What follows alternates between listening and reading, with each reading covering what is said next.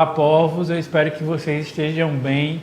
Eu sou o professor Alberson Gomes e agora nós teremos uma aula de 9º ano, que não está me aparecendo não, uma aula do 9º ano, que a gente vai falar um pouquinho sobre luz e calor, né? A gente vai entender um pouquinho, na nossa aula de hoje, a importância de ambos e o quanto eles estão conectados, né?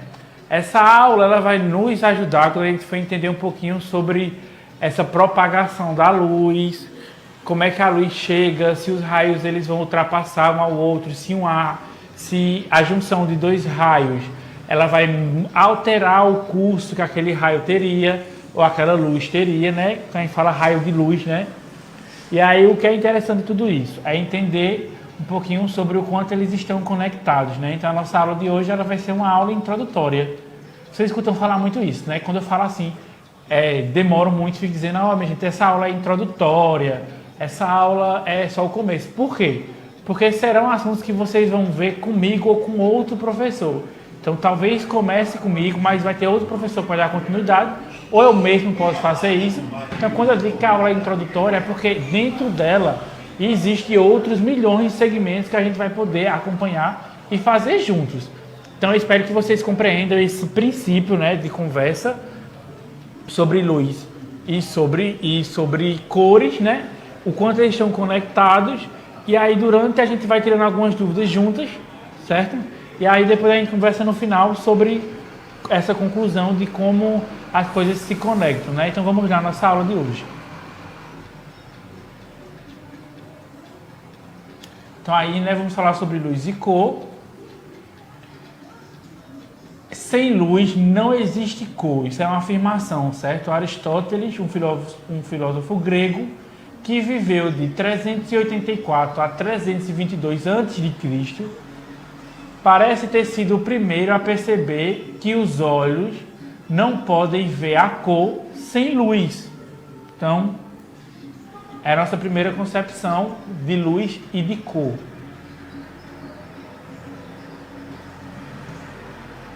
Então vamos lá, né?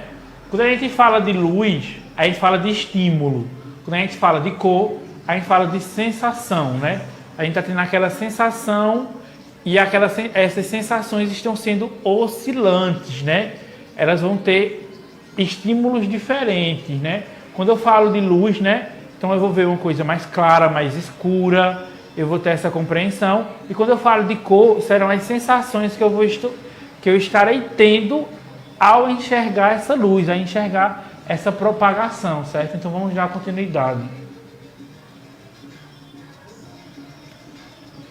Vamos entender um pouquinho aí sobre a formação da imagem, né?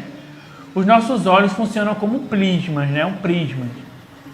Você sabe, palavras com muito S, o professor fala parecendo que nem tem língua, né? Então, quando eu falar prismas, vocês tenham paciência comigo, né?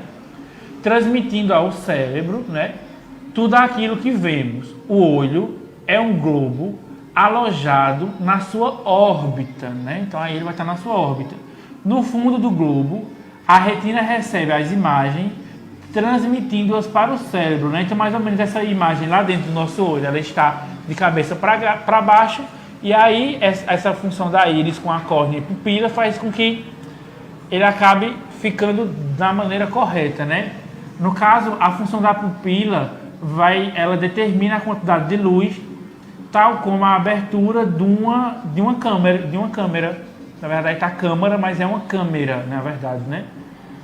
A íris, né, colorida, controla o tamanho da abertura da pupila, onde entra a luz, né? Então a gente vai ter aí as impressões de uma íris aberta, a pupila dilatada, né? Íris fechada, pupila contraída. Como é que eu vou entender esse processo de pupila dilatada ou não, né?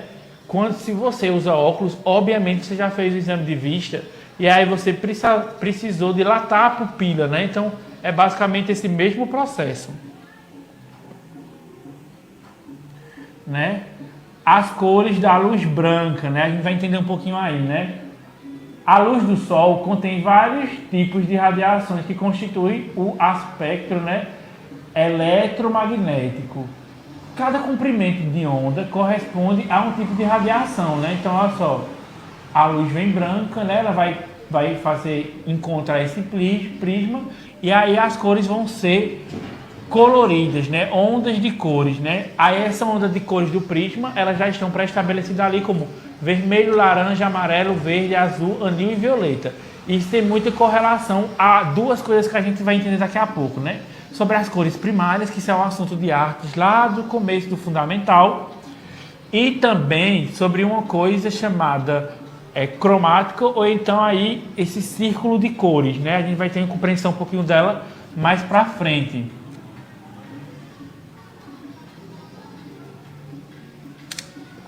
Né? Vamos falar um pouquinho sobre Isaac Newton, né? Que desenvolveu o primeiro círculo de cores, né? Na sua obra óptica, né, ele propôs um registro circular para efeitos de estudo, né? Posteriormente, o círculo de cores tornou-se todo simétrico. Mas olha aí, ó, a gente tem um pouquinho sobre essas cores e entendemos isso aí como as cores mais pré-estabelecidas, né? Newton concluiu que, por dispersão, a luz branca é decomposta em 7 cores, né? Esse fenômeno pode ser observado na formação das cores do arco-íris, que são vermelho, laranja, amarelo, verde, azul, anil e violeta, né? Então, é uma verificação aí que a gente pode ver através do arco-íris.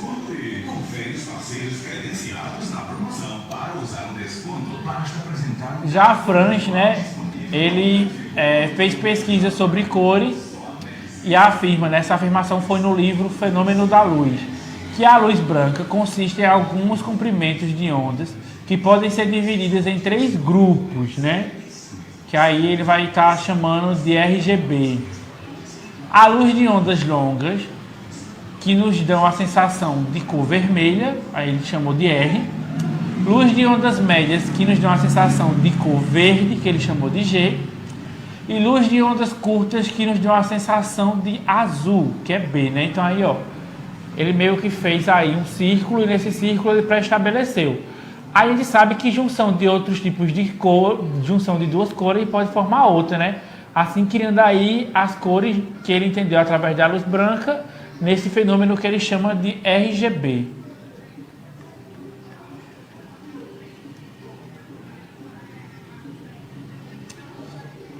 O círculo cromático, né, de pigmentos, né? O círculo cromático ou círculo de cores é uma apresentação visual das cores, né? Como a gente visualmente enxerga elas, né? A organização de cor foi uma preocupação de vários cientistas. É uma forma de classificar as cores e de as colocar em determinada ordem, uma ordem que dê para compreender esse ligamento entre as cores, né? Então a gente pode ver aí alguns exemplos de como eles tentaram organizar isso.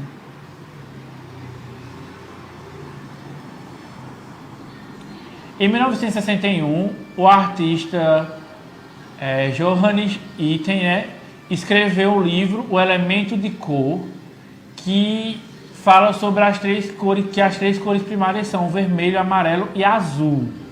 Então aí a gente já entende um pouquinho sobre as cores primárias, né?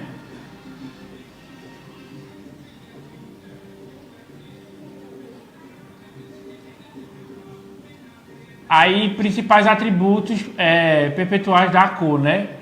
Em 1975, fez uma nova tentativa de organizar as cores de acordo com as leis de percepções cromáticas, né? Todas as cores foram ordenadas segundo cor matiz, né? Que é o atributo mais estreitamente relacionado com o estímulo que a gente entende como comprimento de onda, né? Diferentes cores têm tonalidades diferentes. Ele entendeu também através da saturação, né, que está relacionada com a quantidade de branco que está no estímulo. Os tons de monocromáticos são altamente saturados. A cor menos saturada é a branca. Por exemplo, o cor-de-rosa é menos saturado que o vermelho e mais saturado que o branco. O que é que ele quis dizer? Que esse processo de saturação está totalmente correlacionado à cor branca.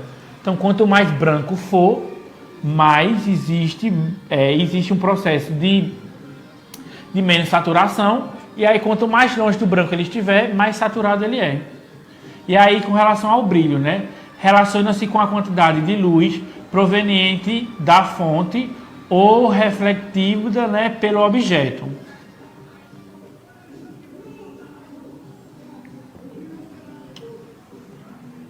A cor existe em função do indivíduo que a percebe e depende da existência da luz e do objeto que a reflete, né? Então, assim, tudo depende de como a gente vai enxergar aquilo, né? Por isso que é importante uma boa visão.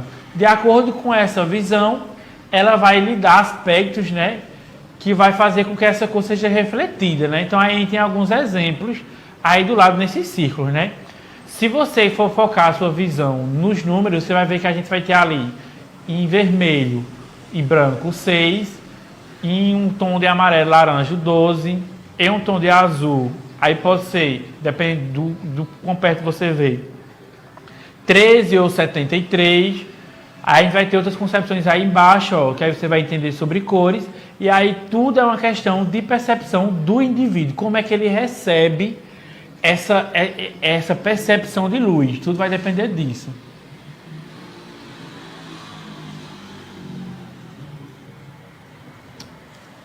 Então aí, a cor de um objeto é dada pela cor que ele reflete, ou seja, quando uma luz branca incide sobre ele, todas as cores são obtidas, exceto a dele. Então vamos entender aí um pouquinho, né?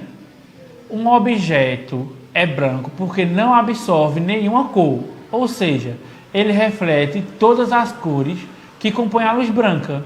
Então a gente acaba entendendo isso, né? Quando a luz branca incide sobre a maçã vermelha, todas as cores são absorvidas. Aí a gente entende que os comprimentos de onda correspondem ao vermelho. A cor vermelha é refletida. Então, vai bater nele a cor branca e vai refletir a cor vermelha. Um objeto é preto porque ele absorve todas as cores que incidem sobre ele. Nenhuma cor foi refletida. Então, chegou a cor branca ou qualquer outra cor e aí ela foi absorvida pelo preto, assim ficando apenas preto.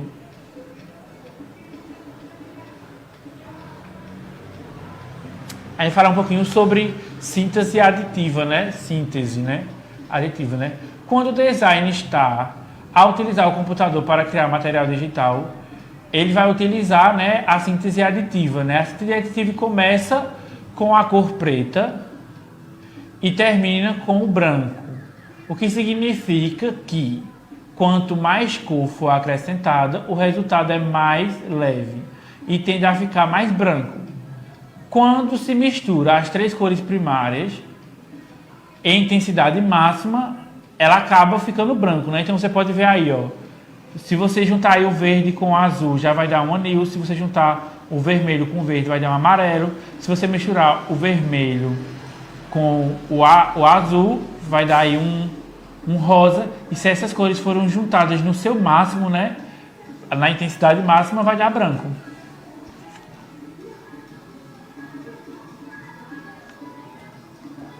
Quando se mistura cores usando tintas ou através de processo de impressão, estamos a usar a síntese subtrativa, né?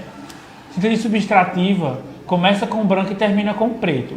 Quando se acrescenta cor, o resultado tende a ficar mais escuro e preto.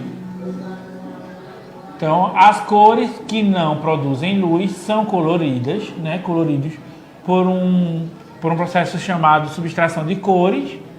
Quanto mais cor se misturar, mais escuro vai ser o resultado, né? Então a gente aí tem a mesma impressão lá da primeira parte, só que aí essa junção de cores vai trazer o preto.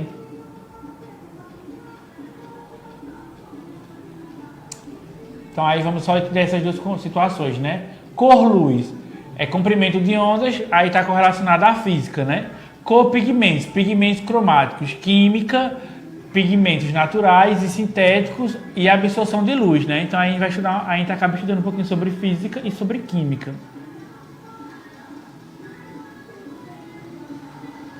Aí a gente vai entender um pouquinho sobre cores primárias, né? São cores puras e é a partir delas que se fazem todas as outras cores, né? E quando fala de cores pigmentos, a gente fala sobre as transparentes do RGB, né? Que a gente escutou um pouquinho lá atrás sobre, né? Opacas, SMY.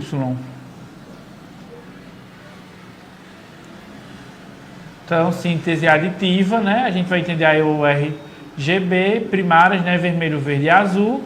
E aí a gente vai começar a compreender que a junção de cores, na sua maior intensidade, vai nos dar branco. Já na síntese subtrativa, né, subtrativa, a gente entende que a junção dessas cores primárias, sendo elas ciano, magenta e amarelo, a junção delas vai fazer uma intensidade maior, que vai ficar o quê? Preto. As cores secundárias aí vão vir dessas regiões, né? São as cores que resultam da mistura das partes iguais ou duas cores primárias, né? Aí a gente vai ter aí as cores que a gente já tinha percebido antes, e aí dessas cores são geradas outros milhões de cores.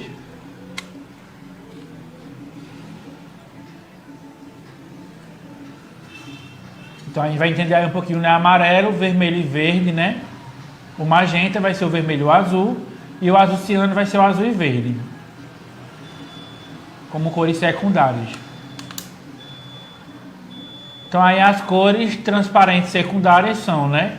Se a gente juntar o magenta e o azul ciano, vai dar o azul violeta. Se a gente usar o magenta e o amarelo, vai nos dar o vermelho. Se a gente juntar o amarelo e o azul ciano, vai ter o verde, e aí a junção dos três vai dar um preto.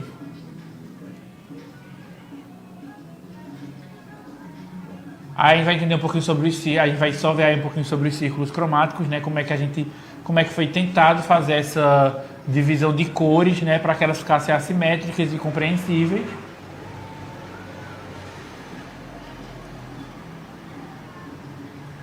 E aí a gente vai só verificando aí que foi aquela coisa que a gente conversou agora atrás, que são as misturas de cores.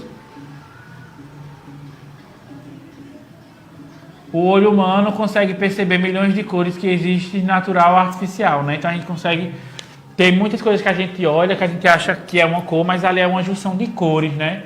Então, exemplo, aquela imagem aí de árvores, né? A gente tem vários aspectos de árvore, sendo elas verde claro, verde escuro, um amarelo, um laranja, um vermelho. Isso depende muito da concepção da nossa visão. Então, basicamente, a nossa aula veio nos trazer essas compreensões aí de luz e de cor, né? O quanto mais luz eu vou enxergar um tipo de cor, quanto menos luz eu vou enxergar um tipo de cor. O quanto esses aspectos podem ser diferentes através desse processo de saturação, cores mais quentes, cores mais frias, mais próximo ao branco, menos próximo ao branco. E a gente entende que isso está totalmente correlacionado à luz, né? Eu preciso ver luz para poder ver cor, né? Porque a minha cor vai ser a sensação, né? Eu só vou ter essa sensação através desse processo de luz e cores. Então aí a nossa aula foi essa. A gente vai falar um pouquinho mais sobre isso depois. Isso aí já vai estar correlacionado ao nosso assunto de propagação de luz. E daqui para lá eu espero que vocês notem as coisas, principalmente sobre os círculos de cores ou cromáticos, né? Porque aí ele vai nos ajudar depois a compreender como é que o nosso olho enxerga algum tipo de cor. Então espero que vocês tenham entendido. Notem aí no caderno de vocês. Mais uma vez vou dizer isso, quero que vocês notem, né? Para depois não ter nenhuma dúvida. E a gente se vê na próxima aula.